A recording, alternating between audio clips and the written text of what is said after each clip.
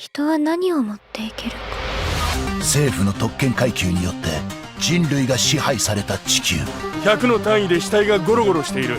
それに抗う者と対峙する者をつなぐ一人の少女。危険な少女と接触してしまった。うまくいくかな。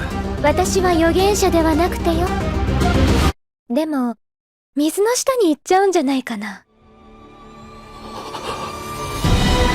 人類の希望になると願った男の正義が揺らいでいく。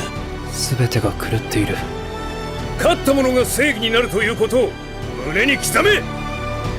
誰かがやらなければならないことさ。じゃああなたが神になればいい。